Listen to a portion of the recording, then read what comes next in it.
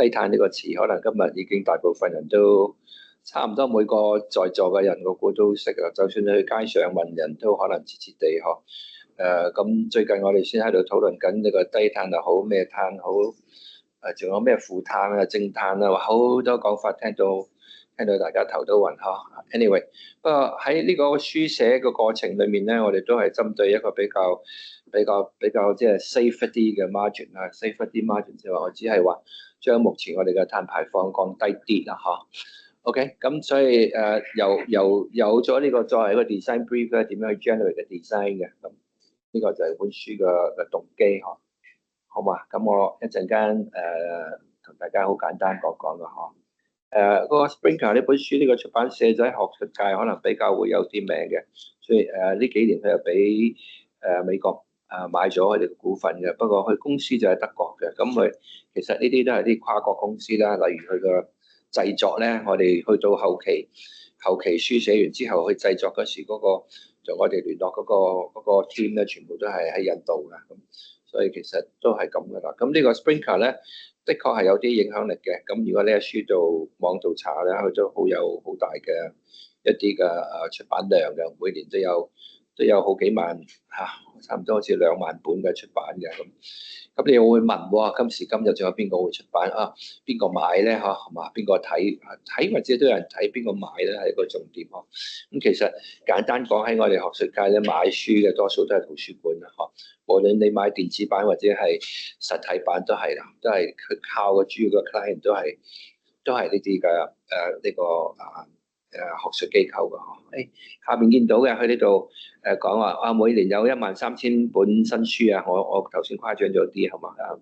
期刊咧就即係佢個雜誌啦，就有3000 plus 嘅，咁呢個的確係好大嗰個影響力。咁我哋都好有緣分咧，就同佢結識咗。咁佢個總部咧，亞洲總部咧喺新加坡之外就喺北京啊，所以我哋得到佢哋嘅支持咧，就做呢啲嘢嘅嗬。咁個 Sprinkler 咧就呢個字咧都有啲特色嘅。咁大家如果上網去查咧，因為依家大家好可能都有呢個習慣喐好容易就可以查到啲資料嗬，係嘛？咁啊 Sprinkler 都係一隻國際象棋裏面嘅一隻馬嚇，嗰隻馬又將軍啊，嗰隻係即係，但係佢其實呢個背後嘅意思咧，即係話係一個博弈嘅意思啊，嗬，係一個好似捉棋要博弈啊，大家即係你想贏我，我又想贏你嗰個係個出發點嗬，本書啊。好，咁啊大概講咗少少啦。咁 Sprinkler 呢個集團咧，最近呢幾年又同國際上一個巨人咧就聯合咗。咁呢個綠巨人咧喺度見到啊，叫做 Nature 嚇，所以大家如果知道自然雜誌咧，大家都會知道啊。國際上我哋講翻我自己學術界咧，即係如果國際上能夠喺 Nature 發一篇文章咧，就不得了啦，即刻可以升職㗎啦，後就其他嘢都唔使做啦，嗬。咁但係發一篇文章咧，嗰篇文章的確可能3年5年都未必能夠啊，嗬。真係㗎，嗬。咁大致上同大家講下啦，即係呢啲雜誌咧，即係頭先講緊啲 periodicals 或者國內咧好興就叫做去做科學雜誌啊，就叫做SCI 雜誌啊，其實係 science citation 嘅 periodicals 即係嘅雜誌。咁如果我哋平常喺嗰啲雜誌度發表咧，可能嗰個雜誌有個影響力嘅，係咪？即係我哋話嗰個歌手有排名榜咁意思，嗰個雜誌都有排名榜嘅。咁排名榜咧係用點數代表嘅，普通我哋建築界咧可能都係7個點以下嚇，7個點以下咧就已經係我哋平常嗰啲所謂香港大家平常見到啲學者或者國內學者出版嘅都係呢個針。好，咁 Nature 咧有幾多個點啊？咁所以我講埋呢個example就可以 move on 啦，好嘛？等大家有個印象嚇。OK，自然雜誌或者依家我哋喺學術嘅見到仲有另外嗰啲叫做咩話？新英格蘭咩醫學雜誌係咪？仲有個叫 Science 科學雜誌，呢幾本都係全世界佢最 top 嘅雜誌。一本科學，一本醫學啊，另外一本就自然啊，即係呢個嗬。佢哋嘅點數咧，簡單講都係50或者60以上嘅。咁我頭先講啦，我哋建築界大概都係7以下嘅。咁7個點同佢60個點比，即係幾多啊？即係爭10倍咯，係嘛？咁啊，意思係咩啊？最簡單嘅兌換率啊！如果我哋 understand 兌換率嘅意思，即係話，如果我喺 Springer 發一篇文章，等於你喺一篇5個點嗰度就發12篇咯喎，因為我係60啊嘛，你係得5啫嘛嚇。咁即係我寫一篇，等於你要寫12篇喎，係咪？我寫一篇可能係5年，你寫12篇可能係10年喎，即係咁講，大概有咁樣嘅。大概有咁嘅概念就知道啦，好冇 ？OK，咁我哋 move on 咯，好嘛？所以呢個我哋當時簽咗個系列啊，都非常得到多謝LWK 嘅贊助支持呵。所謂贊助唔係錢嚇，係資源上面嘅贊助嚇，俾我哋好多嘅資源就有好多案例咯，同埋好多同我哋嘅 discussion 啊，係嘛？咁所以呢度我哋都見到有啲LWK 嘅代表人物喺度啦，係嘛？一本陣間我會介紹嘅就係 Low Carbon 呢本書嚇，跟住我哋依家已經喺印度嗰個 team 嗰度㗎啦，呢本即係排緊版㗎啦，咁就係 Water Oriented Design，咁都係裡面都係有啲 LWK 嘅 project 嘅，都有好多。咁第3本咧，右手邊依家正在最近已經生咗出嚟啦，不過仲喺度湊大緊嚇，TOD 嚇，呢幾本書嘅，咁後邊仲有冇啊？有啊，我最近先去到北京就簽咗第2輯嘅，咁所以都對我嚟講個人嚟講幾興奮嘅嚇，都希望能夠利用呢啲製作咧，呢幾個 theme 其實我覺得都好代表性，尤其是可能同大家每日嘅工作唔多唔少都有關係㗎。因為簡單講，中間嗰個 water 其實佢唔淨係講唔係講屋企嗰啲水喉啊，其實同 landscape 都有關係㗎嘛，係嘛？咁其實佢又牽涉到有 landscape，有 planning，又有啲所謂 health related 嘅，係嘛？所以其實個題目係一個好大嘅題目。第3個本紅色嗰本咧就係一個呢個臨時嘅封面嚟嘅，呢個 transit oriented 咧就係交通添嗬。咁最近都有好多呢方面嘅輸出㗎，大家睇到嘅嗬。我哋有啲日本嘅朋友，佢哋連續喺國內出咗好幾本嘅。咁我最近都有個香港朋友又出咗本話，哇好勁啊，成600幾頁咯。咁講出日本同香港呢種嘅上蓋物業或者軌道交通上蓋物業嘅唔同地方喺邊咧？咁等等嘅，咁所以我覺得呢個其實都有少少嘢可以提取到㗎嗬。對我哋 designer 呢啲大家都有啲認識㗎啦，係嘛？呢度我就唔多介紹啦。咁呢度都係 anyway 喺個過程裏面，我都要感謝呢啲呢幾位有啲係 editor 嘅身份。就幫我哋即係指指點點或者話呢度嘢講多啲，嗰度講少啲，係嘛？呢度多張圖，嗰度少張相咁嗰啲啦，所謂 editor。咁另外呢個 author 作者咁，所以呢度有啲人係身兼又係 editor 又係 author 嚇。咁呢度我哋都見到好幾位 LWK 嘅朋友啦，Ivan 啦、Kenneth 啦、阿 Jane 啦，係嘛？阿張俊啦，好嘛？其他就。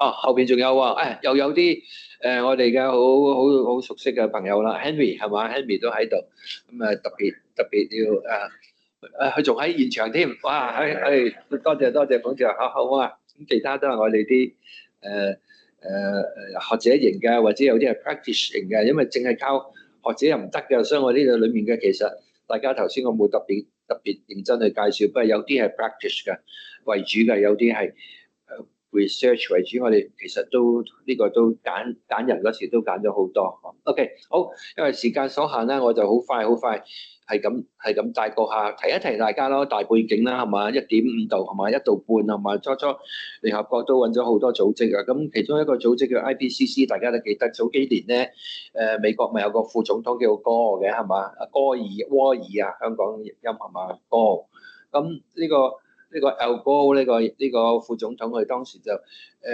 非常支持 IPCC 嗰啲科學家嘅言論，因為 IPCC 科學家猛咁喺度提大家，哎呀死啦，全世界嗰啲氣候越嚟越熱，越嚟越差啦，咁有人聽又有人冇人聽，又大家都唔係太理，結果係通過呢個史書係咁講嘅嚇，即係話通過美國副總統佢嘅政治力量咧，即係佢都落台啦。當時落咗台之後咧，佢就去推呢件事啊，就成日約啲傳媒啊，咁佢就去將呢件事所謂用香港俗語講，將佢炒啊，所以炒到好行，炒到結果咧 capture 咗啲 media 嘅注意力，所以大家啲 media 好多公司咧新聞台咧都覺得呢個係一個題目，係一個熱門題目，於是將佢所謂炒起咗啊！咁結果令到大家都喺好大廣泛方面去接受呢個警號啊，一個警示。因為 IPCC 你知呢個係一個國際組織啊，全球所有研究氣候有關嘅科學家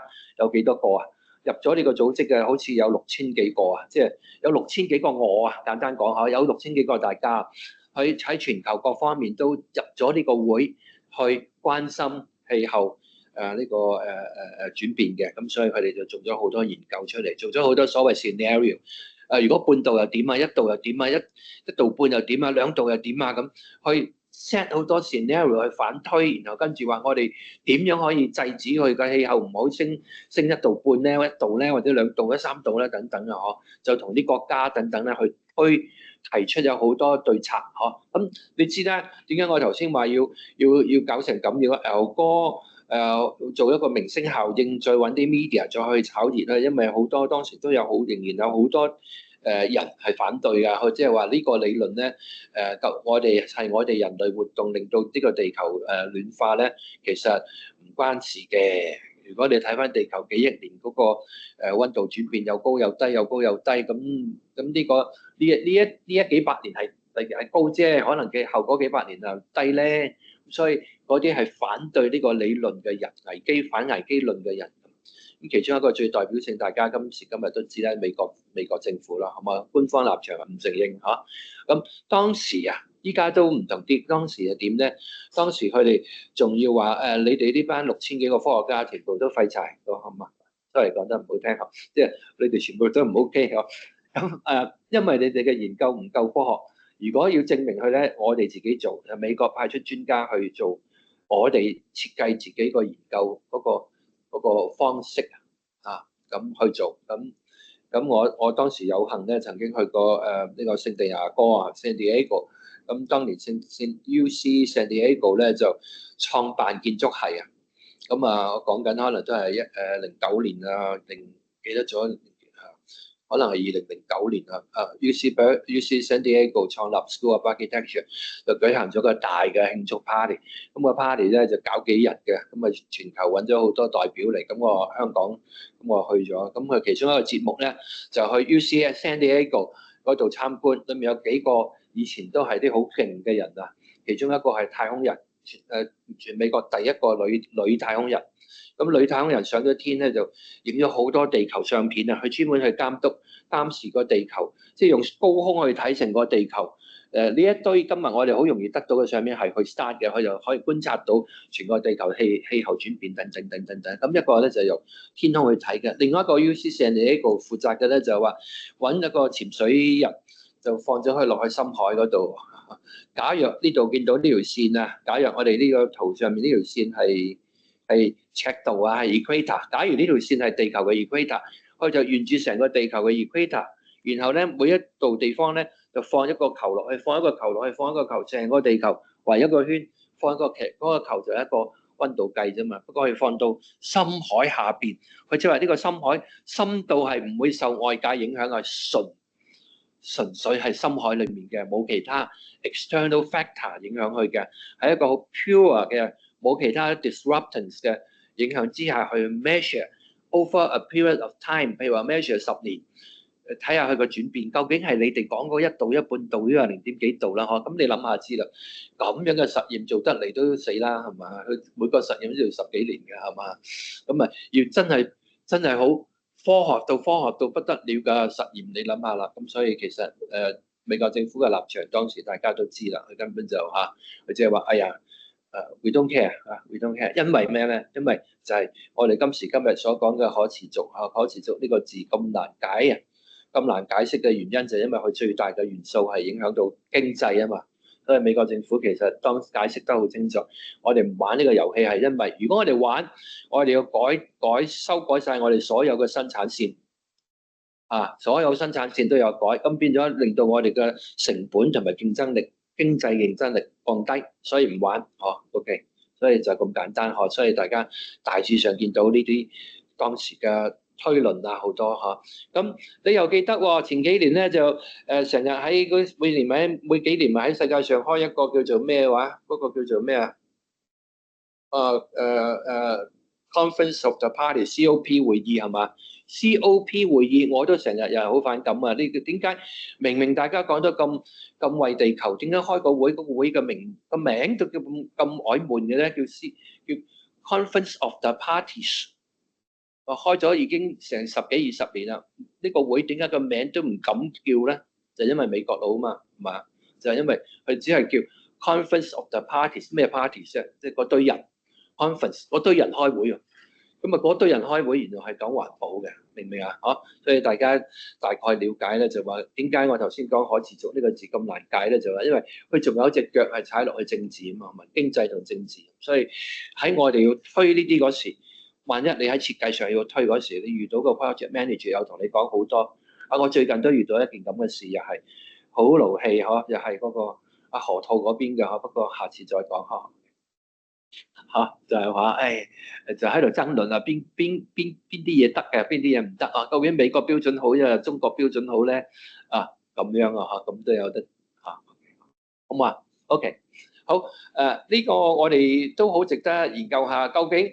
當COP 舉行嗰時，Conference of the Parties 嘅世界組織，大家一齊開會坐埋嗰時，大家爭呢度見到2024年有130個聯合國國家簽咗約佢話我哋都 care 嘅，我哋嚟坐埋嚟傾啦咁傾嗰時，結果咧就你睇下啦，前面嗰10個國家，嗰10個即係由藍色去到呢度藍色呢10個國家或者經濟體佢哋就負責全世界地球差唔多去咗一大半嘅排放啦。咁即係話咩？呢班嘢一個就中國啦，佔咗全球1/4。美國今時今日都已經好慳皮㗎啦，佢都用緊12.67。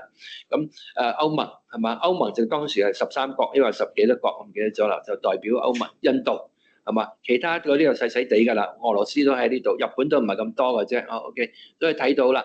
即係其實嗰10個最重要嘅 emitter， 我哋叫做排放者都全部俾人擺晒上台啦。咁於是大家就對邊個梗係對下中國啦。係你啦。咁所以當時嘅討論咧就話，你哋咁係咁排放唔得嘅。我哋咧就不如咁啦，我哋借錢俾啲發展中國家啦，即係包括中國啦，係嘛 ？Developing countries， 我借錢俾你哋嚟改造你哋啲產品啦，令到你啲產品全部減碳。不過我哋要監督你同埋我哋要指定你點做，包括你要用我嘅產品咯，係嘛？咁即係話左手俾錢，你右手收翻嘅，其實係嘛？所以當時咧，中國帶頭啊嘛，因為佢係嘛？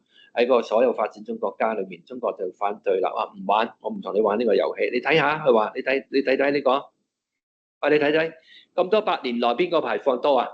我哋依家你鬧我話我依家排放緊25%啊，全地球。但係你睇翻以前你睇下大氣層上面嗰啲係過去嗰200年內，嗰200年內佢積到依家嗰堆係你哋排噶嘛？呢個就係中國提出嚟嘅當時嘅原解釋對抗啦，啱啊，好啊，咁所以所以呢個會呢個大會咧，永遠都最近呢10年咧開嚟開去，永遠都開唔到幾多嘢㗎咁唯有咧就後來就話 OK 啦，就咁啦，就推 ESG 啦，咁係嘛，推啲國政即係啲公司做嘢啦，咁呢個 E 啦，佢哋要做下嘢嚇，仲埋設計啲遊戲就話每一年要披露出嚟 disclosure， 你上市公司行先啦，就全香港2000幾間上市公司全部必須披露，就由證監管局處去 set up 一套咁嘅 system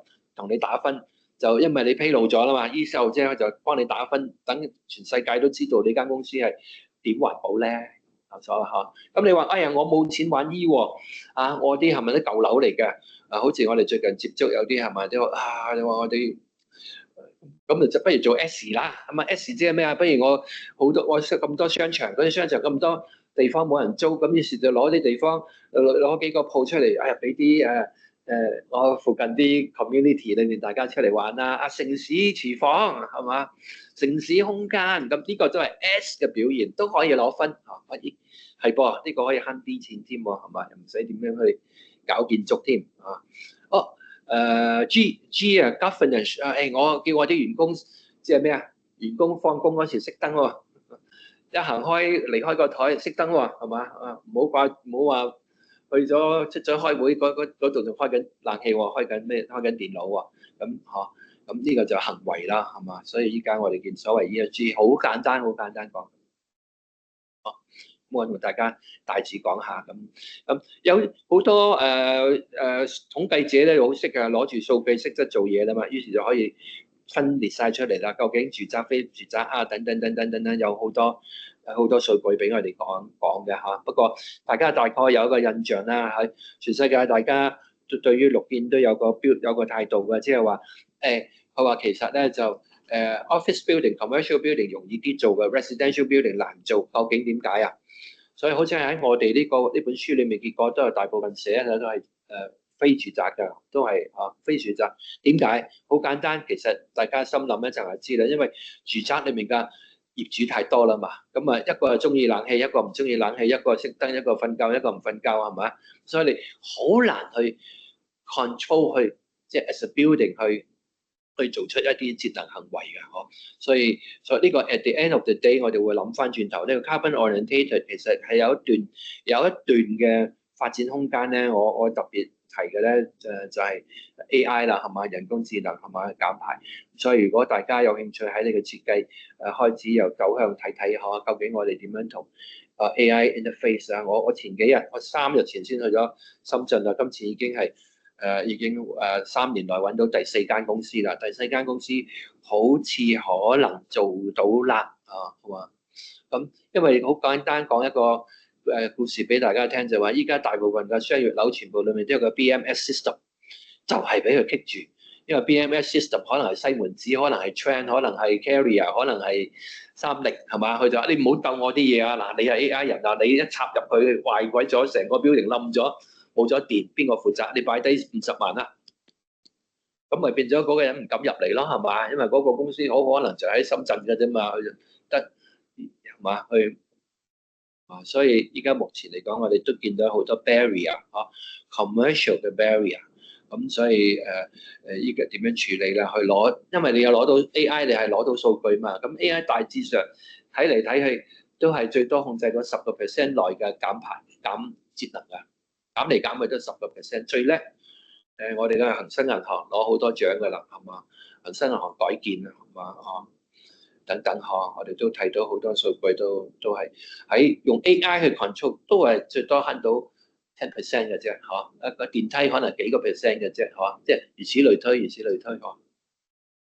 好啊。咁我哋講呢本書啦，呢本書咧就話我哋咧就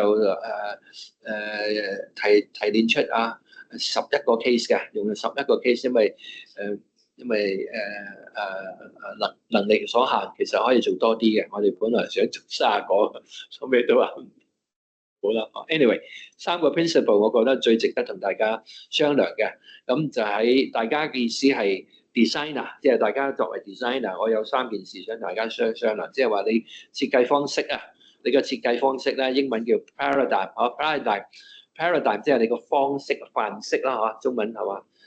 你嘅方式可唔可以變少少啊？所以個叫做 paradigm shift 呢個字啦。第一個就話不如咁啦，盡量可以睇下，好似依家香港最近呢幾個月咪得咯，可以多啲做到開窗啊，係咪開門啊？咁所謂 passive 被動式係嘛？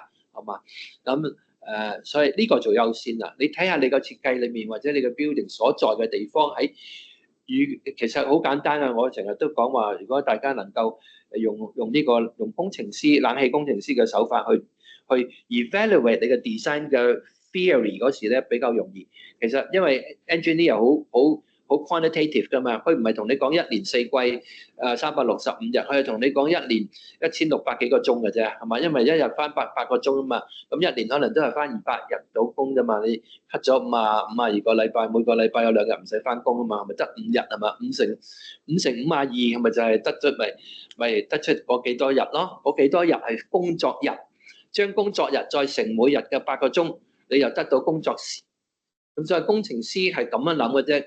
嗰1000幾個工作時點樣控制，嘛，同埋外邊嘅影響，嘛，如果外邊凍啲，裏面咪開多啲暖氣咯；外邊熱啲，裏面開多啲冷氣咯。好似我話齋，依家唔凍唔熱咁啊，開少啲咯，等諸如此類呵。咁所以呢個所謂嘅 passive 係咁嘅意思，想鼓動大家稍為花啲咁多時間去睇一睇咯，即係話 OK，我嘅 design 究竟有幾多 gadget，有幾多 device 令到佢可以做到 passive。所以咧喺中國國標裏面咧有一套國標咧就推動呢個低碳嘅，佢就教大家啦，係嘛？佢叫做咩啊？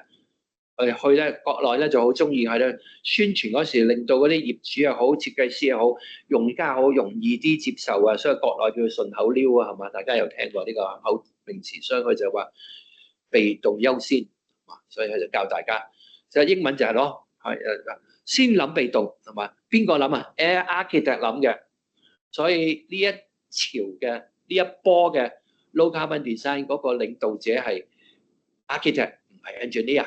因為國標都咁講啊，係嘛？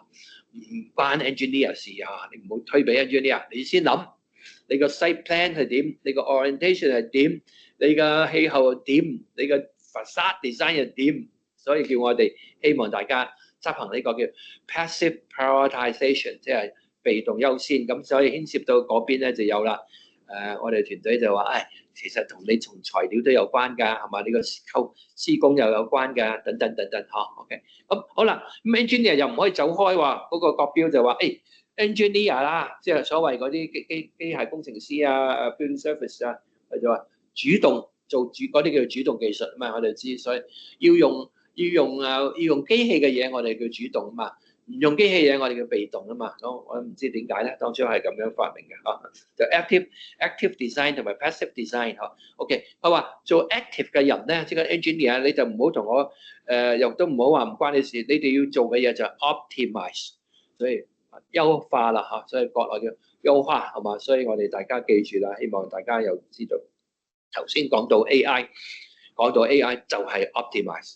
依家 AI 能夠做到幫到大家喺建築方面做節能嘅咧 ，energy management 嘅咧，全部就係 optimization 嚇，優化，佢就揾出你係嘛，揾出你喺邊段時間幾多人坐電梯，幾多人坐少啲電梯，佢就喺中間嚟 optimize，邊部電梯閂鬼咗可以有慢等等，譬如啊，咁你就明白，就算喺國標裏面都係鼓吹 active 嘅咧。做 active design、active system 嘅人咧，希望你能夠做 optimization 同埋優化，但係冇數據做唔到優化啊嘛，係咪？係嘛？咁所以又翻轉頭又要有數據喎，咁就翻轉我頭先講嗰個爭論啦。究竟個 BMS 俾唔俾你攞數據咧？咁依家有啲節能公司就唔使，我唔使數據，你俾我裝啲探頭啦，做啲 sensor。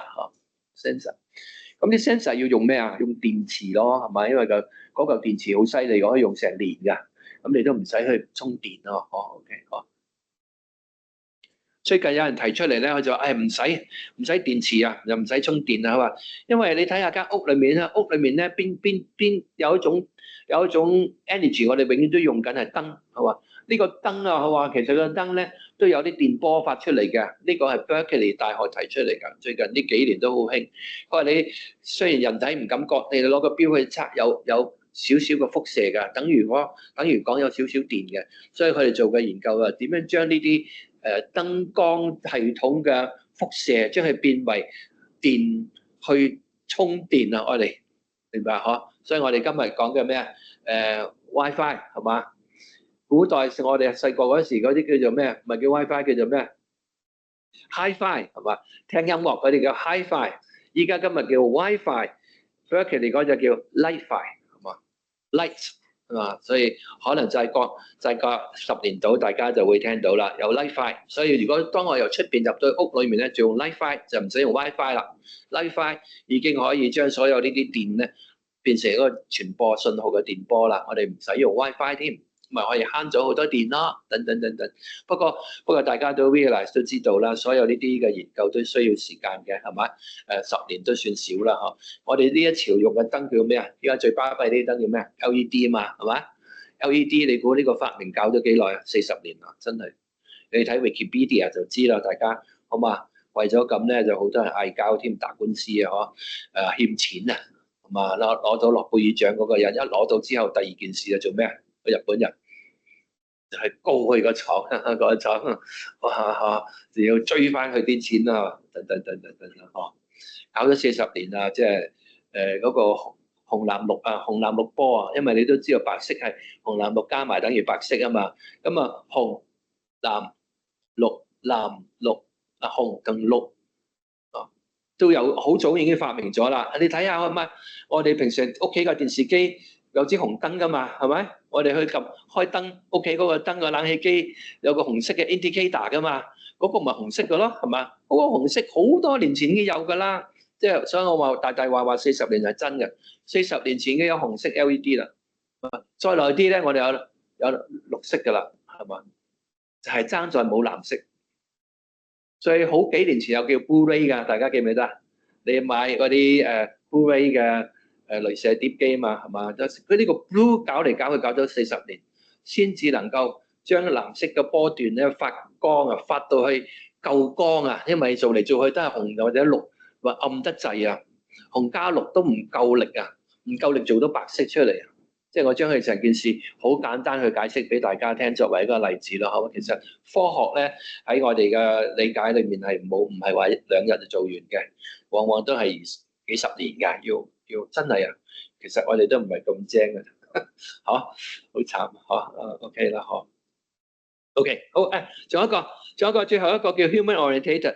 咁因為有數據啦，所以有啲人就過嚟同我哋設計師講啦，以後咧你就唔好搞咁多。淨係聽嗰啲 engineer 嗰啲standard 嗰啲標準嚟做事啦。我話你係問你個用家，邊個老細入咗嚟 office，你就知道佢個習慣啦。佢中意着多衫嘅，或者邊個一入嚟咧就着少啲衫嘅。咁你嗰個室內環境咧，邊個中意暗啲嘅，邊個中意光啲嘅，邊個啲中意入嚟即刻聽到音樂嘅。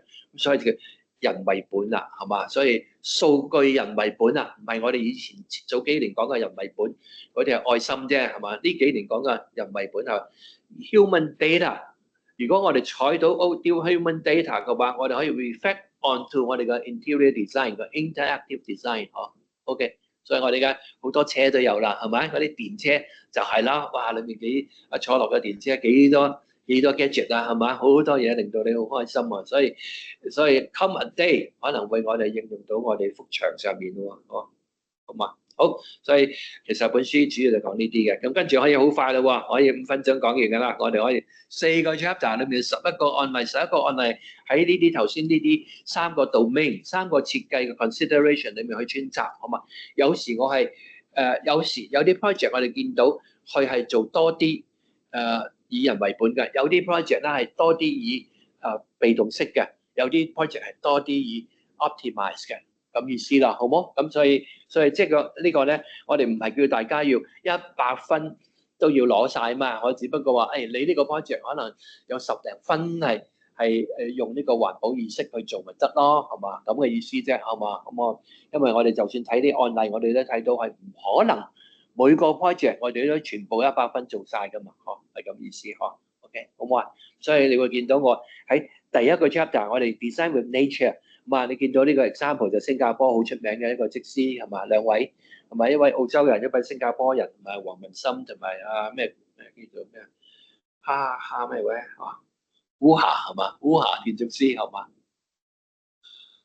嘛，2位做㗎呢個好出名喺唐人街隔離嘅係嘛。OK，咁大家又要問下咯喎，what about 嗰個 external？ 頭先都講過㗎，我哋嘅 understanding of external， 出邊凍啲，我裏面開暖啲；出邊熱啲，我裏面開凍啲。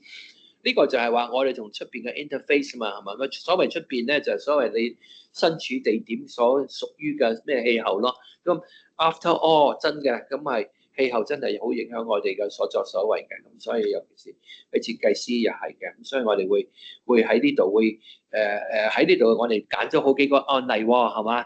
咁你見到有一粒案例喺呢度嘅LWK 嘅，哇，好嘛？呢個好出名嘅一個案例係嘛？唔係喎，呢個唔係 LWK 嘅，呢個清華嘅 LWK 喺呢度啊。呢幾個係清華嘅，呢個清華嘅。Anyway， 我哋唔好理佢邊個。好嘛？咁差唔多每個地區都有啲案例啦。我哋暫時未能夠揾到所有中國呢7個地區嚇，7個地區但我哋都有啲 coverage 嘅，係嘛？香港咧有好幾個嘅 LWK 嘅嗬，從化 project 嘅係嘛？呢個喺喺呢邊度啊？呢個喺錦田錦田嘅呢個係個比賽嚟嘅係嘛？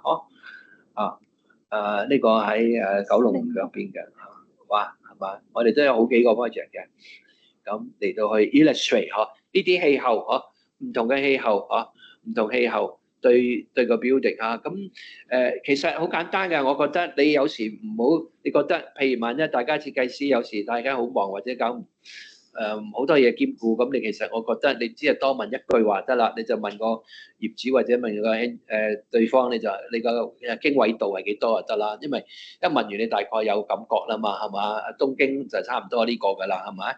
係嘛？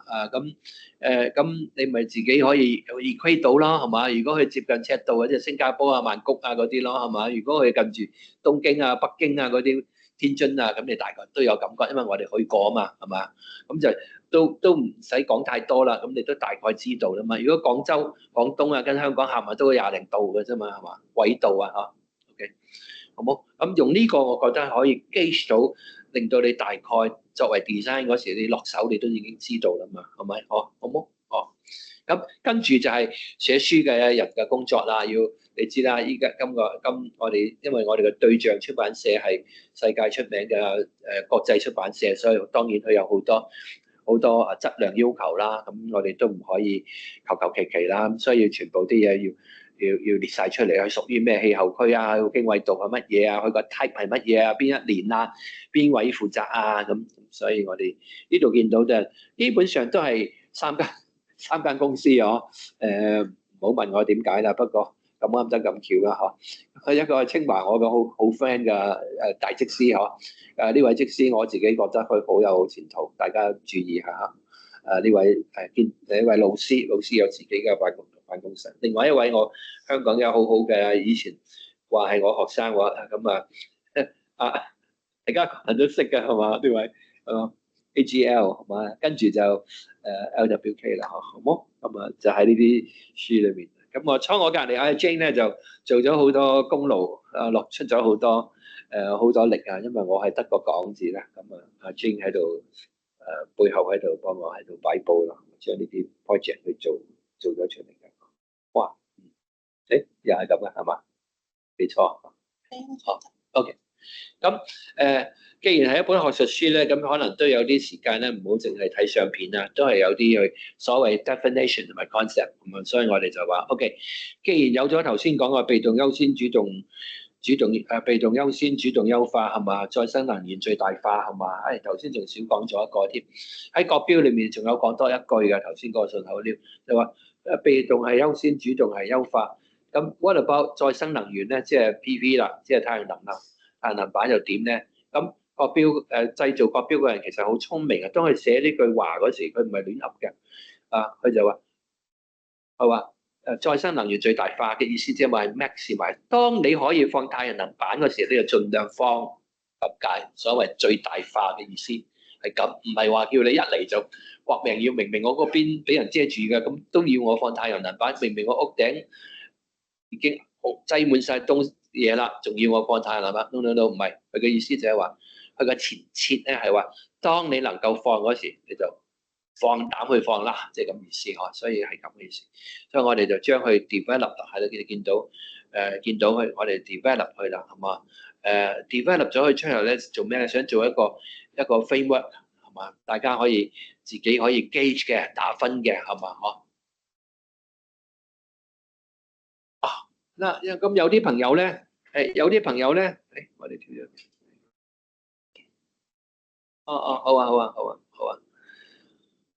好啊，咁我哋又係咁樣意思啦喎，咁我哋就每一個 system 咧，我哋就去要有啲將佢嗰個設計方式咧，就再去將佢細化，將佢再好似大家，我估大家都大部分都係嗰啲BIM 嘅BIM AP 係嘛？大家都係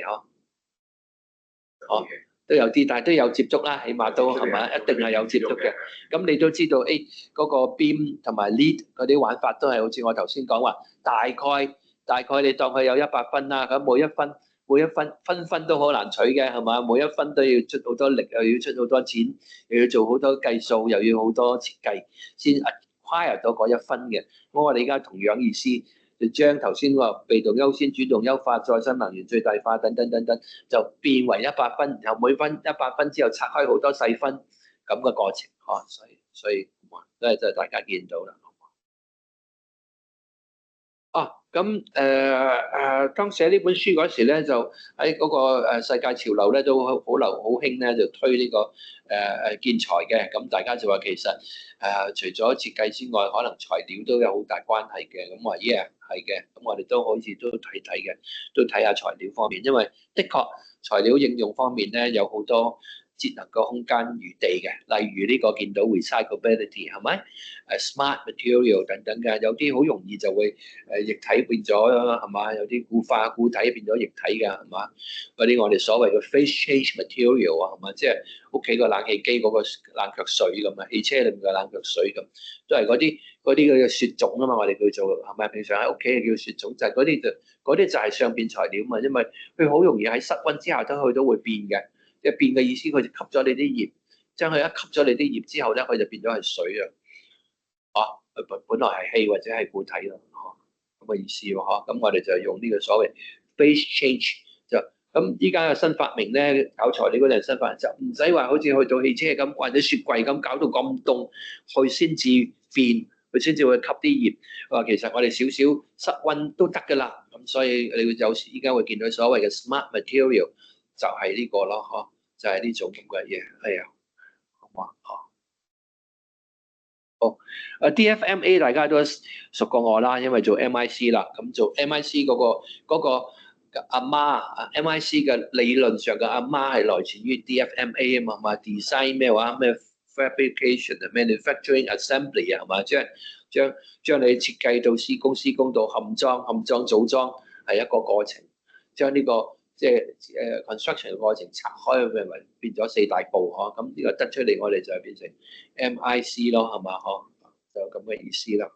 就呢啲所謂嘅標準化、預製化等等啊嘅關係，好冇？好。咁以後咧，我哋呢個因為係稍為要科學啲啦，咁所以我哋就要揾啲專家啦，揾咗好幾位專家嚟問咗好多問卷啊。邊一分係重要啲啊？邊一分係重要啲啊？咁結果大家去用各種嘅方式去打分，打完分之後就 develop 咗一個 framework 出嚟俾大家啦。咁呢個就我哋用呢一個就可以組織成為一個打分表啦。於是就攞個 project 嚟啦。咁跟住我就可以滴到呢一 part 好似跟呢一分好似有啲關喎。呢一分就佔所有分類嘅重要性，根據呢班專家講咧佔幾多。但係我哋都要 make sure 呢啲專家有個代表性嘅，所以你會見到，裏面有17位咧，原來係屬於係專業嘅則師係嘛嚇，或者係啲 construction specialist 嘅係嘛？你見到有14個係建築師係資深嘅，另外有3位咧係 specialist 嘅。咁除咗嗰17個，仲有幾個喎係嘛？一共有3個咁多啫，係學術嘅咁啊，係嘛？咁學術裏面有啲又唔同喎，有啲係教設計，有啲係教做研究喎，係嘛？等，咁所以呢一套方法都係目前我哋所謂做研究嘅人要大家公認嘅一種方法啦。即係你揾代表，唔係揾個斟茶嗰位都好有代表啊。佢日日都喺則樓裏面出入噶嘛，可能佢都有啲影響啊。我以前真㗎，我以前去某則師樓嗰度做嘢，又唔係做嘢，去做 presentation 就係。做下仲有個阿嬸就識講啦，呢套嘢唔係好掂，啲老闆唔中意，真㗎，搞到我哋結果好 respect 佢，講得啱喎，講係嘛？咁嗰啲唔得，嗰啲唔得，雖然佢識嘢唔得，但係要揾啲呢度要揾啲咁樣 qualify 嘅人先可以，所以你會見到，咁呢啲都係我哋國際上大家承認嘅方法啦，第一，OK 好嘛？咁佢除咗佢哋本身嘅 call 之外，仲要睇下佢哋實習嘅經驗喎。如果你揾咗幾位原來北方嚟嘅，死啦！你嘅結果俾咗頭先嗰11個 project，佢冚唪唥都喺南方嘅，咁會食鬼啊？係嘛？所以咧，我哋都要 make sure，OK，呢啲專家係嚟自邊度嘅，同埋佢有幾多年經驗啊，諸如此類。咁就 make sure 我哋比較客觀啲啦，叫做唔好咁一面倒啦。OK，咁我哋就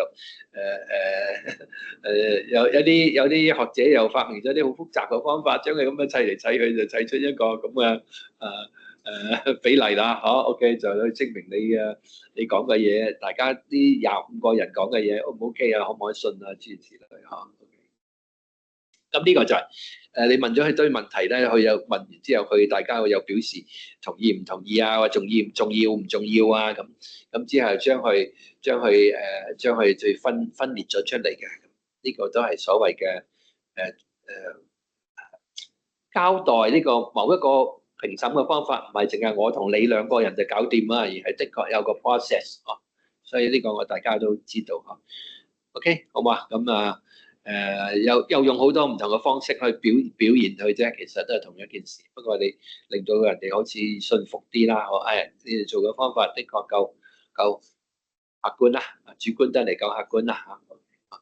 OK，好嘛？咁就開始 develop 好似 beam plus 咁樣，或者係呢咁樣一分咁樣個分點樣出嚟啦。有咗呢啲過程之後咧。呢個例子係講材料嘅嚇，呢個就係嘛，我哋唔講啦。木材㗎，好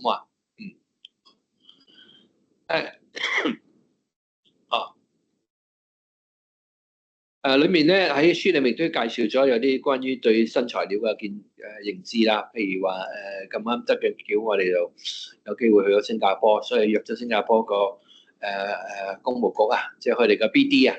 佢哋 BD 香港叫 Building Department， 新加坡叫 Building and Construction Authority 嗬 BCA。咁 BCA 喺佢哋自己嘅 campus 裏面咧，佢哋其中攞咗一座 building 嚟改裝，咁啊改裝之後變咗係混合式嘅，又有鋼又有木嚇，又鋼又木。咁啲木咧又有兩種嘅，好似有啲係黐嘅木，有啲唔係黐，有啲係即係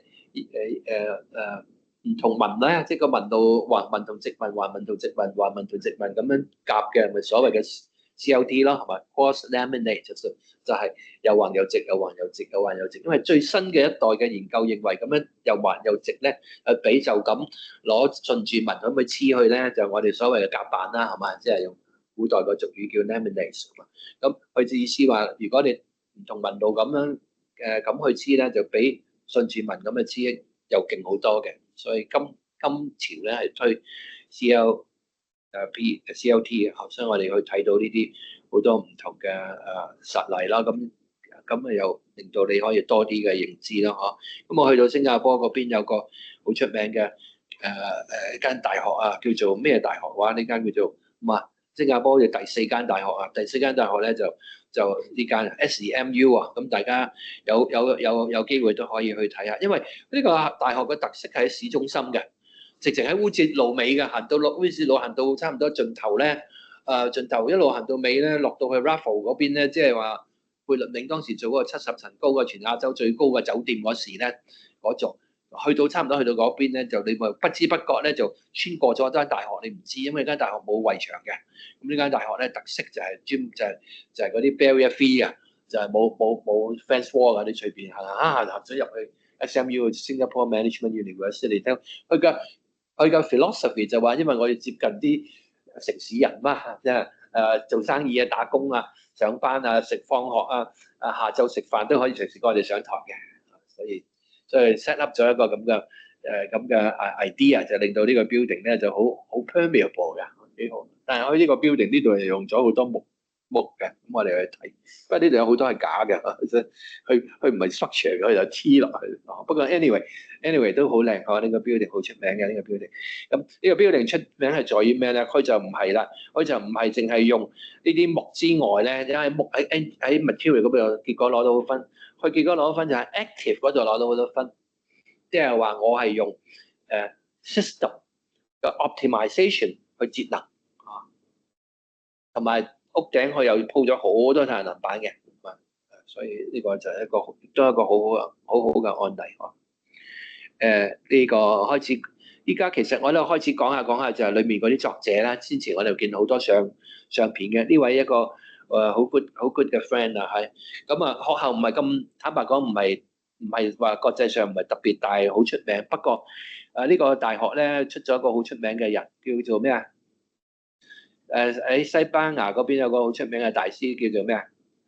卡拉 Trava 啊嘛，係嘛啊？卡拉 Trava、San Diego 就喺呢間大學畢業嘅，哇，好巴閉嘅咁啊！而且喺Valencia 嗰度咧，喺個河上面亦都起咗好多好古靈精怪咁啲卡拉 Trava 嗰啲嘢啦，我咪連續做咗3個 building 嘅，咁咧就呢位佢哋嘅老師啊，我個老師咧就同我哋好 friend 嘅，咁啊叫Jose㗎嗬，不過大家去開西班牙都知啊，一叫Jose有幾十萬人應你㗎嘛，係嘛？佢哋嗰邊係一個好出名嘅、好普遍嘅名啦，嗬，好唔好啊？都叫Jose嘅，咁啊，阿Jose就我哋 good friend。咁去個團隊咧，其實佢就唔係咁識咗佢先知，佢唔係 architect 啦，佢其實係 material engineer，所以同我哋介紹佢哋喺西班牙嗰邊做咗好多 research 係關於呢個 green concrete 嘅。咁 anyway 我哋都覺得 quite interesting 嚇，所以我哋就都極力邀請咗佢。咁因為佢提到咧，佢又同依家我哋講嗰啲 green concrete 唔同嘅係嘛？大家知道依家 concrete 同埋木咧嗰個排放啊，即係排放係爭好遠㗎。一個可能係幾多？一個可能係300，一個可能係60嘅啫嘛。即係木啊嗰個碳排放量講緊嘅 ratio 係咁大，可能係300同埋60㗎嗬，或者係70，我唔係好記得大概咁上下嗬。咁所以佢就話其實如果你做到 green 咧，你仲可以除咗 green 之外，仲可以 keep 住嗰個ultra high performance 嘅。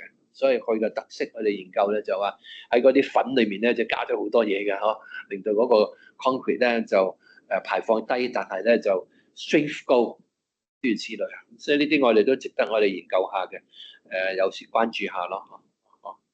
咁呢個就係我哋接觸到香港咪有個嘅 CIC 嘅係嘛？Ivan 特別成日都喺我面前就話CIC 做咗好多就關於個 label 啊，將香港市場上嘅建築材料咧佢哋嘅排放要去將去攞出一個定量嘅so that 好似我哋平時買個雪櫃翻嚟，買個電器翻嚟都有個標籤㗎嘛，咁啊將佢標籤，個標籤做乜啊？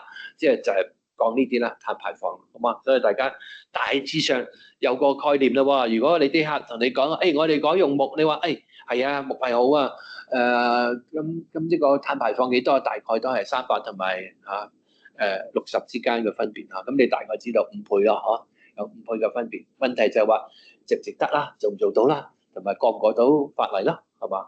諸如此類啦，呢個係頭先我哋講我哋幾個 friend 啦，一個 LWK project， 一個係清華 project， 有一個係香港嘅Frankie Lui 嗰邊嘅 project 啦，係嘛？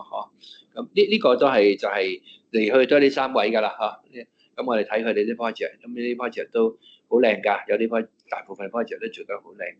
咁然後每個 project 你就 extract 佢，即係我哋作為寫書人就 extract 佢佢嘅特色喺邊度嚇？佢梗係就係嗰個 skin 嗰度啦，喺呢個 building 去賣俾我哋sell 俾我哋你本書用我嘅案例啦咁，我話你巴閉啊點叻啊？就係我個 skin 做得好啊，咁所以就將佢慢慢去 develop 到每個 project， 我哋 OK 得喎，有故事可以講喎，係嘛？呢個係北京氣候喎，呢個唔係北京啊，呢個係北京北京氣候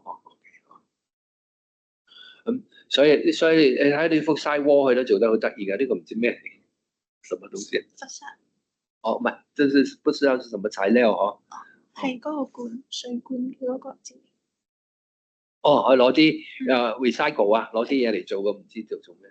Anyway， OK 咁又係同一位北京嘅建築師佢哋又做咗一個咁樣嘅一個好有奪目嘅railway station。咁呢個 railway station 呢個 building 又做得非常好嘅好嘛？咁佢裏面你見到啦，大部分攞分嘅都係啲喺 material 方面攞分嘅好嘛？咁為咗要證明佢好嘢。佢曾經做過啲咩？佢就話我個結構曾經通過 BIM 或者係用人工智能咧，將佢優化咗啊！所以佢話將個鋼結構呢個咁睇落咁複雜嘅結構，佢曾經做咗一大堆嘅optimization 嘅 process 啊！咁又亦都去將佢同佢吹過風啊，做咗好多其他嘅等等嘅力學嘅測試。因為你知道同樣吹風，我哋都可以吹到佢嗰個 stress cast upon 嗰啲 structure，譬如突然間打風，你都吸風嗰時，嗰啲風會因為個 structure 同個 structure 會 interact，所以會令到佢產生有啲 stress 嘅。咁所以你咪可以知道喺嗰邊要多放幾條鐵，或者少放幾條鐵，諸如此類咯，嗬。所以呢個就係我哋有咁嘅機會嗰時，希望大家都可以抽空多做少少咯，嘛多做少少你就可以develop 少少。呢位朋友咧，佢就唔係同我哋講呢啲，不過我覺得好值得講，因為我哋頭先講四大 area 嘛，係咪？最得尾嗰個係以人為本嘛，我咪話啦，今時今日我哋唔係淨係講愛心，我 care for 人類，唔係 no，我依家呢個朝代，我話我有好多關於人嘅數據 ，so that 我哋可以去咩啊？令到我個 building 可以 react to 每個人唔同嘅需求，等於每個人都坐一張 business class 嘅飛機咁解啫嘛，係嘛？我哋而家坐飛機咁貴嗰張凳，嗰張凳咁貴就係因為佢有好多 gadget 俾我控制我嘅微 microclimate 啊嘛，係嘛？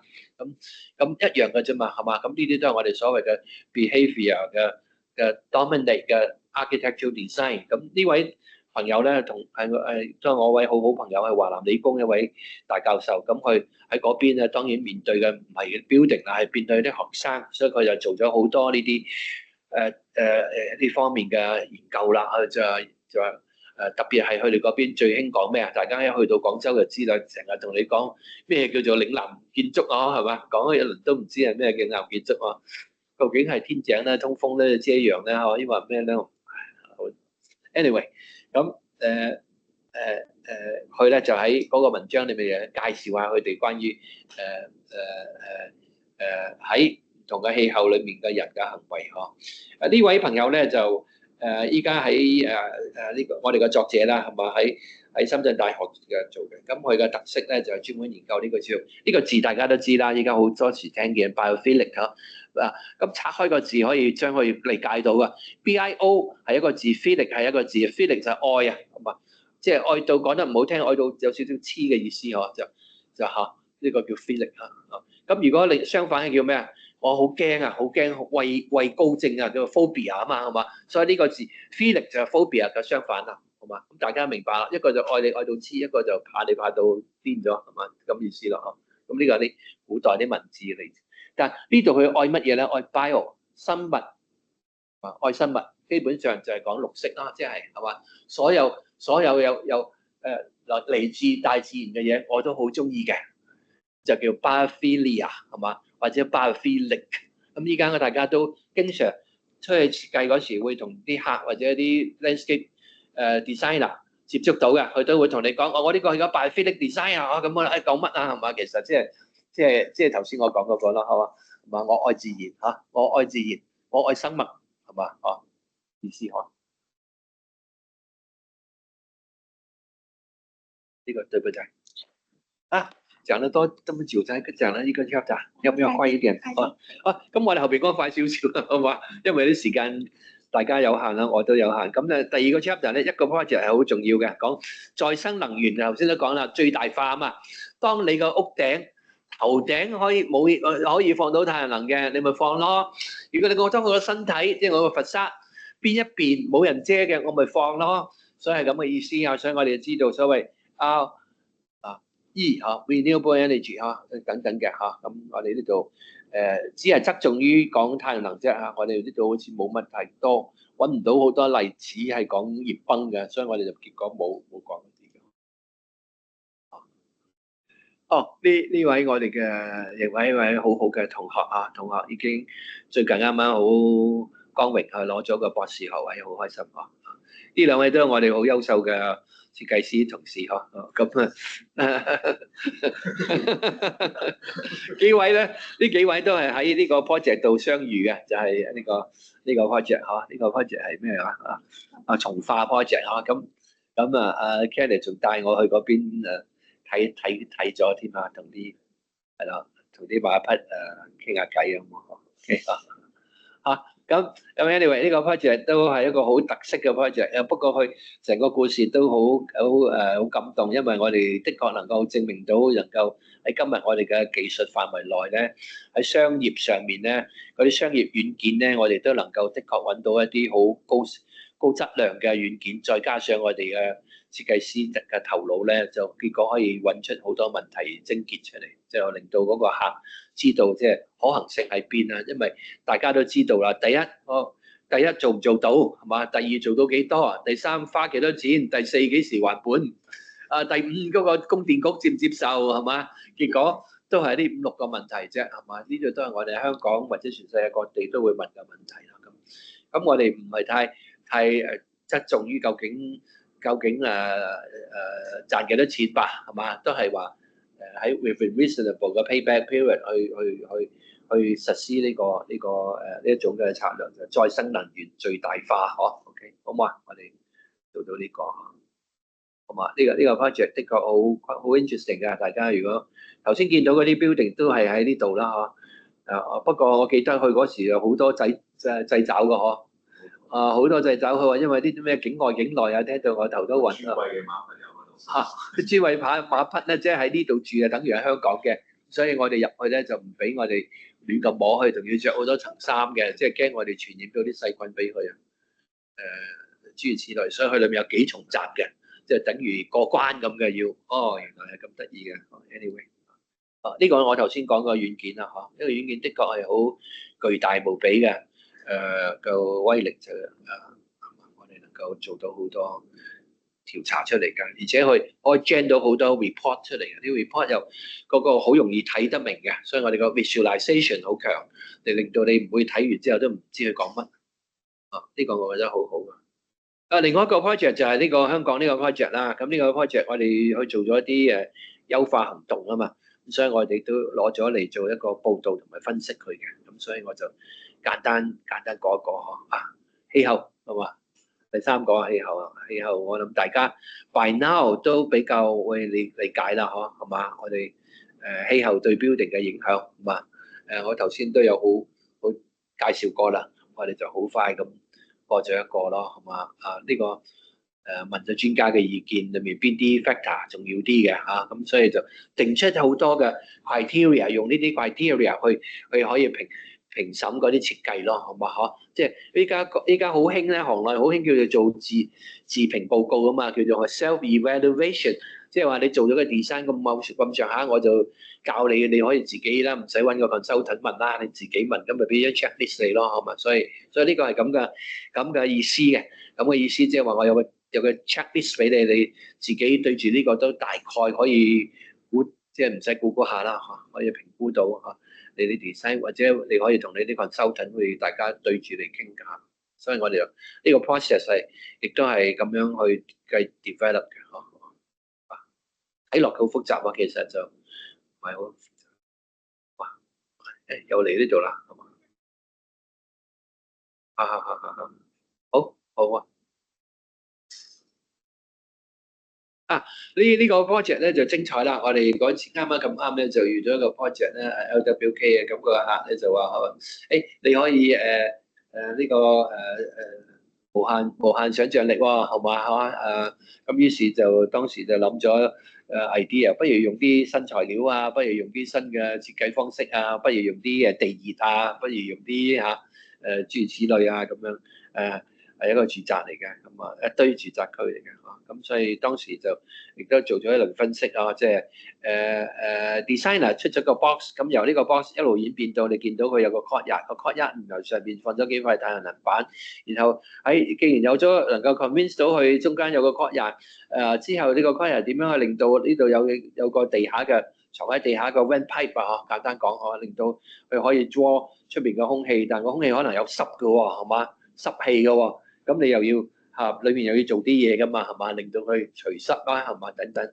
咁令到呢個空氣得，咁上下又要夠佢通風喎，所以呢個 aspect ratio 又要夠喎。如果唔係啲風扯唔起咁你個風要扯起嗰時就又唔係日日得噶嘛，可能係某段時間吹咩風嗰時先至得嘅，咁所以呢個就要通過人工智能啦，就幫你啦個手機話，依家可以熄冷氣啦，咁即係咁意思啦，所以成個 building quite interesting 嘅啫，sense 有啲即係 technique 唔係話最新，可能係啲舊 technique 係嘛，但係你個應用係一個新嘅組合咯。所以咁為咗要 more convincing，梗係要做到啲有少少嘅simulation 啦，去證明我哋唔係都係估嘅啫，的確係有啲數據分析嘅。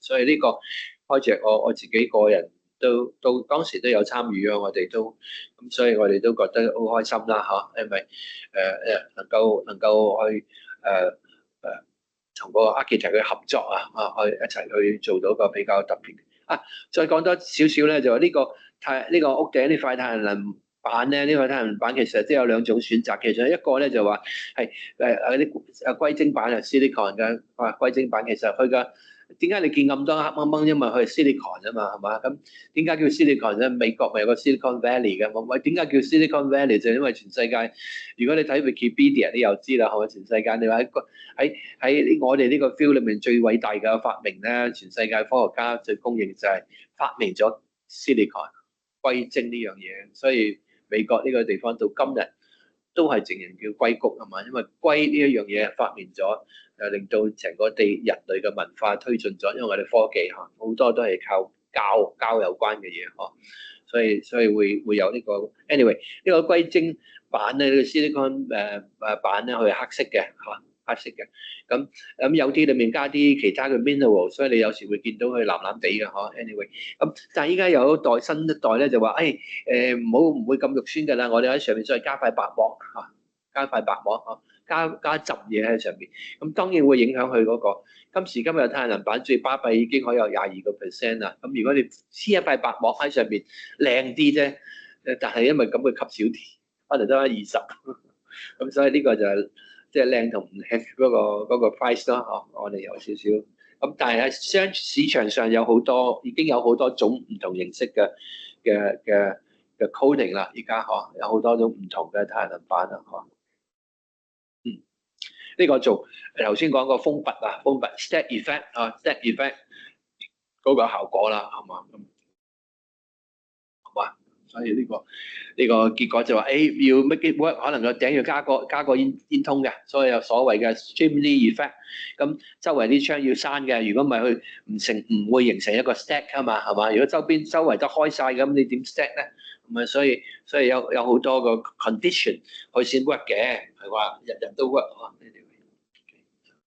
咁跟住又做咗好多嘢，仲有一邊牆就用木嘅，係嘛？咁所以好似諗起係因為嗰啲木咧就被好似話香港好似大家好擔心香港唔俾。好啊，呢個什麼project？呢個係 Frank 嘅，我要快啲。好啊，快啲啦！我哋就 miss 咗呢啲 project 啦，好啊，呢幾個 project 都好好嘅，都好嘅 project。好，頭先講啊，清華大學位教授佢哋啲 project 都係做得好成功嘅，你見到佢將個 building 即係盡量慳咗少，唔使挖咁多泥挖少啲，佢又藏少啲，藏一啲落去嘅。咁盡量做到好多，即係用啲 volume 嚟到處理啲 ventilation 一藏咗窩咗落去咧，佢又可以減低少少嗰個 external exposure 等等嘅。所以呢啲都係啲好所謂嘅被動設計咯，係嘛？咁所以我哋有時亦都係咁啦，可以學到唔使話一嚟就一刀切，全部鏟泥機推晒。咁依家都有啲 design 係比較 innovative 啲。咁呢個都係 standard 㗎啦，依家大家都會要求你個 consultant 幫你做啲simulation 嘅，好簡單。當你有個 void 係嘛，有個 void 嗰時你就呢啲都依家都好普通㗎啦，都令到你可以好容易就睇到佢嘅 effectiveness。好啊，呢個都係頭先嗰位清華嘅。都係做到好好，一個材料材料方面做好多。咁佢即係話我呢個 building 所在地咧，就係呢啲咁樣嘅農村地方，咁所以佢就喺嗰度攞咗啲靈感嚟到 develop 到佢嘅 design 嘅 facade 嗰個 module 所以都 quite interesting 呢種又另外一種啦，呢種比較貼地式噶嘛，係嘛？即係頭呢種嘅 design architect 都係為呢個咩話大家唔知有冇去過呢個台灣係咪有個叫做在田中央啊？田中央建築師啊，黃清遠係嘛？田中央建築師係嘛？黃清遠係 side art 畢業噶嘛，係嘛？佢哋用嘅都係呢種方式咯，即係就地取材係嘛？而且 work with the locals，嗰個 contractor 就唔係我省裏面帶嚟嘅，就係本地嗰啲 craftsman 嘅。咁所以呢一類嘅建築，我哋而家喺國內都見好多啊，亦都我哋有時可以有機會應用到參考都 OK 㗎，係嘛？所以佢就變咗去 develop 到develop 到個 module， 將個 module 變成個 facade， 個 facade 又變咗佢嘅個 system 係嘛？所以我覺得佢係 storytelling 佢幾 convincing 啊，係嘛？而且亦都睇落好似係好 low cost 嘅 approach 添，係嘛？又係做一間大嘅嗰啲 community hall 啊嗰啲咁，做得唔錯嗬。呢啲都有啲北歐風味啊嗬。呢位老師當年喺德國做過幾年嘅，所以佢又吸收咗啲北歐風啊嗬。咁仲有一個就你都留意下啲表達方式啊，都唔錯嘅嗬，大家都可以有時都幾好玩嘅嗬，係嘛？咁因為呢幾個頭先呢幾個 building 話時話佢都攞咗好多獎啊，所以當時為咗獎咧，就所以要加工畫咗好多呢啲圖啦。所以有時大家又係喎，如果有機會咧個 project 做到咁上下，你覺得好正嘅就快啲乘機畫多幾筆啊！一時候再翻炒就冇時間啦。所以好多時都係嗰一刻做咗幾多就幾多啦。做多啲，咁我哋就俾佢通風嗰度俾多啲分啦，C5呢度等等。當然都要睇佢呢啲 simulation， 咁我哋識睇嘛，就知道佢嗰個唔係亂畫落去啦，係嘛？去幅牆係嘛？依家呢啲嗰啲叫做咩牆啊？嗰時好興嘅嗰啲叫做咩話double skin 大家當年記得90年代好興嘅 double skin 啱啱出嚟啦呢個產品，咁香港都有人嚟推啦，咁有人走到嚟香港大學推添，結果就係香港大學依家有個 building 係用 double skin 嘅，不過佢又好似佢就個頂唔封嘅，佢係即係全通風嘅。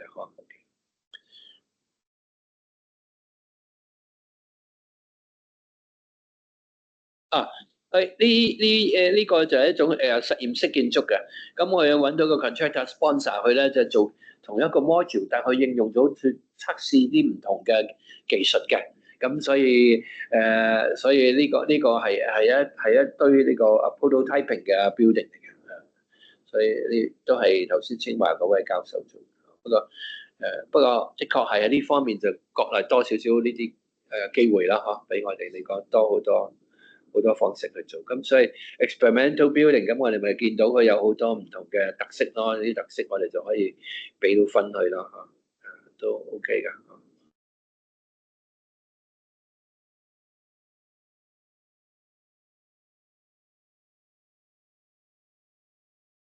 呢啲我哋後來喺好多地方比賽都見到啊，好多國內都好興用呢種咁，即係一邊係木，但係啲木咧後邊又有個夾層嘅，夾層裏面有好多乾坤嘅，即係裏面有好多 insulation，唔係就咁塊普通木，咁所以佢能夠好適用到呢種 sandwich 嘅方式，令到佢嗰個 skin 嗰個即係 U value 可以將能夠控制到佢，而且有啲 variation，咁所以等到佢變咗有啲能夠做到啲特色咯。咁呢個我覺得我哋有時都可以學到嘅。Very good 嘅，好嘛？呢個 passive building design 你話咁佢為咗證明佢嗰個 design work 嘅，咁佢又要做一輪 simulation。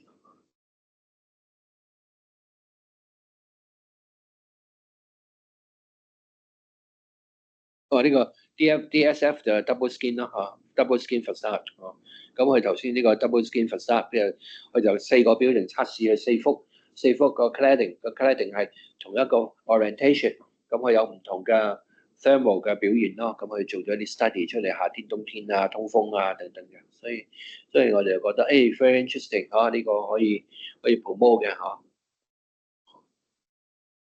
OK。最後呢個咧呢個我哋11個 building 嘛，呢個第10個啦，呢個就喺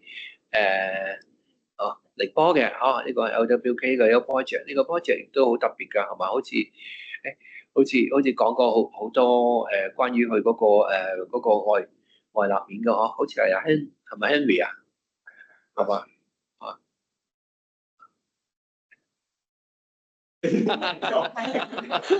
係當時佢做咗好多都環保少少嘅元素，世界投入去做一個比較環保嘅建築嘅，所以都好多嘅考慮，包括 materials 上嘅，買啲多少少當地嘅啲 materials 啲多少少一啲嘅智能上嘅嘢都用咗好多，係，就 IoT sensors 同埋 BIM 嗰啲都比較多。係啊，我記得呢個都有好多古仔講㗎，我覺得呢個 building 都可以有好多好長。係啊，好多 innovative 嘅嘢㗎。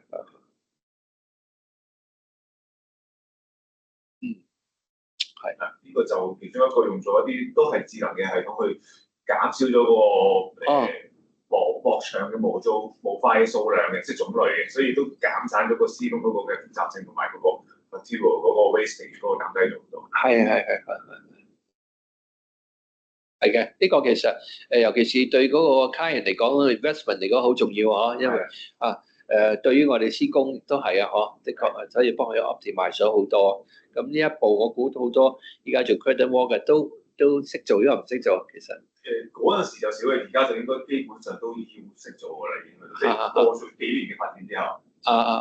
係嘅。呢個咧？呢個係講緊嗰個佢變咗佢個為咗外立面做咗呢個 pattern features 啊，但係其實好似睇落好多變化，其實都係限制咗佢3組嘅。就得到有啲變化啦。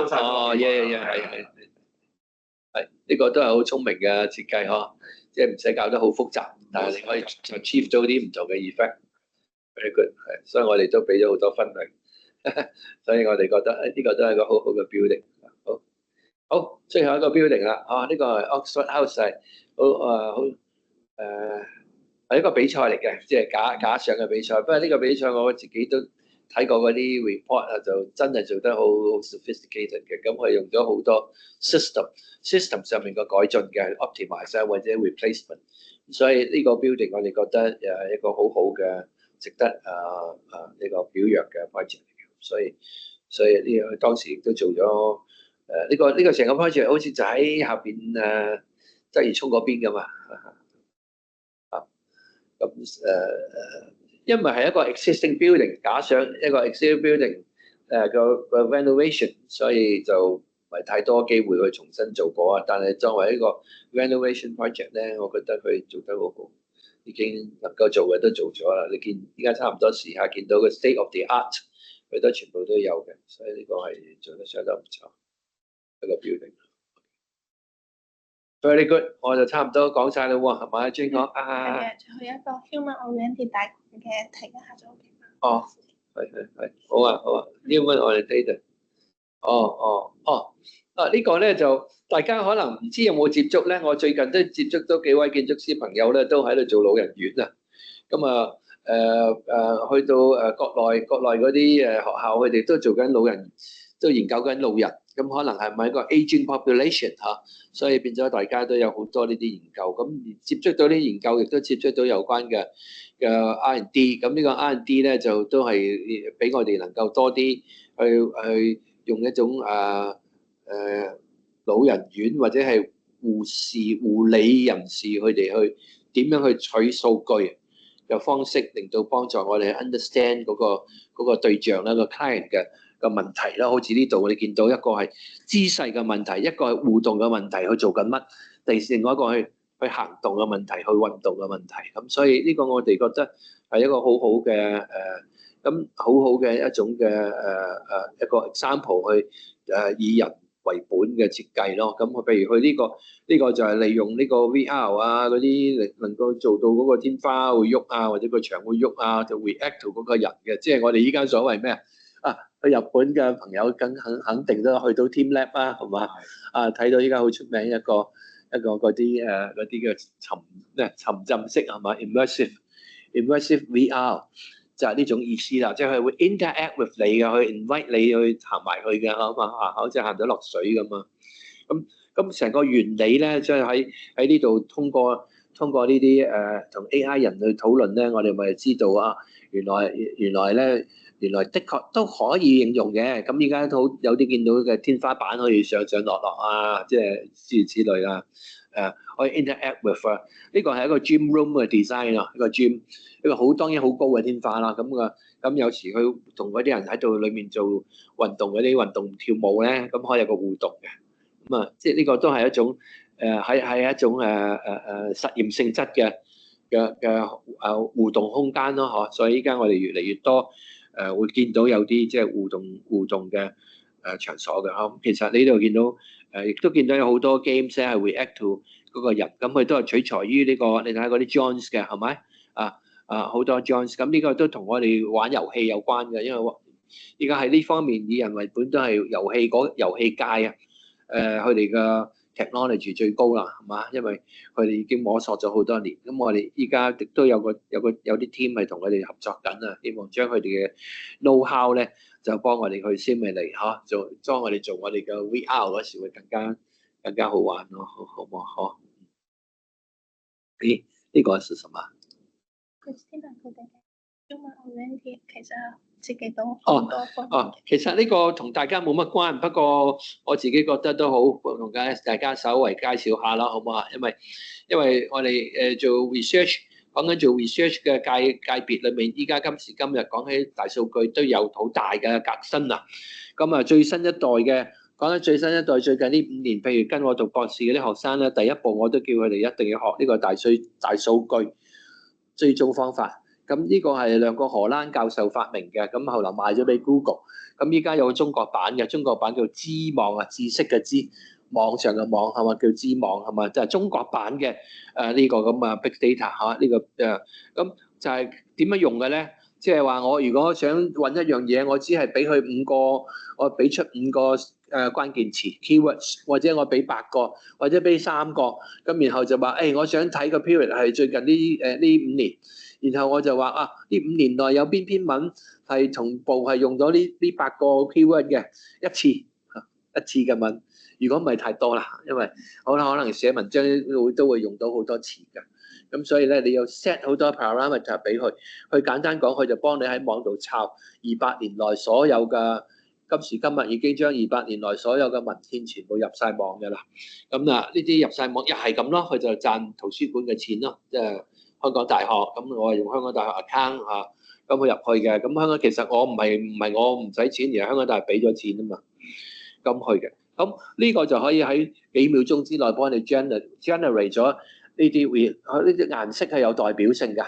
即係譬如話越多講次數越講得多，佢哋顏色越多啦，係嘛？或者個波越大嘅代表多啦。咁你會慢慢跟住你就篩選啦。下一輪就呢8個 keyword 我頭先俾嘅，你就係裏面揀4個 keyword， 撞翻出嗰啲文章出嚟。咁可以第一輪係揾到1萬篇，第二輪咧篩選之後不翻3000篇，如此類推一路篩選落去，最到最後你真係要睇，可能得80篇啫。明嘅意思嚇？所以依家今時今日我哋揾文章就唔係我哋古代，譬如我後生嗰時就去圖書館逐篇抄，然後寫好多張卡。就會張卡做 notes 咁嘅意思啦，即係好似上堂先生講書要寫 notes 咁。依家今時今日第一步唔使咁做，第一步就係先用呢個方法篩選，但係你要 interact with 呢個 software 係嘛？無論你用緊中文版抑或係國際版都係咁啊。我呢個叫 bibliometric studies 嚇，或者係呢種就 big data 嘅方式嚇，呢個Vosphere 嚇呢個軟件叫做 VOS viewer 就我睇嘢嗰個啦 viewer 係一個免費嘅裝置嚟，咁大家有時真係有興趣嘅可以睇下。所以你啲側邊見到係啲顏色嘅嗬，啲顏色代表唔同嘅顏色係代表唔同嘅某一種嘅 intensity 嚇。由呢度你就可以追蹤，叫佢再抄。你話我今次唔用 keyword 啦，去抄作者，咁你話關於呢堆人呢度見到哇，呢度有2000篇文章就係呢個球嘅關係，2000篇裏面可能有啲作者係屬於規劃怪嘅 planning 嘅，有20個係消防嘅，有30個係 time planning 嘅 landscape 嘅人嘅，所以你見到唔同顏色係咁嘅意思咯，嗬。然後跟住你話幫我抄所有嗰啲主要作者係邊幾個啊？原來揾到得5條友啫，譬如話咁你咪追蹤呢5個教授咪得咯，係嘛？調翻轉係嘛？就係用人啦，呢個係用 keyword 嘅，係咪啊？咁所以喺今時今日已經有好多呢類嘅工具出現，所以呢個 key 呢個字就叫 concurrence 嗬，呢個理論啊，呢種揾數據嘅方法就叫 co-concurrence of keywords， 好冇？簡單幫大家介紹下，好嘛？即係今時今日，如果大家有興趣做 research 咧，咁都係嘅。我哋好多老師好似我咁，都係要第一步要識呢個，唔識呢個唔好嚟啦，因為落後咗。人哋2秒鐘撳到出嚟，你就喺圖書館喺度抄緊，即係咁意思啦。好嘛？同大家睇睇啦，好嘛？呢個可以不說吧，這個可能有一些特別啦，好嘛？呢啲就。都算呢幾位我明白啦，即係幾位作者都係喺我哋呢本書裏面嘅，佢比較學術派，所以佢哋係介紹佢哋嘅即係應用喺同我哋有關嘅研究好嘛？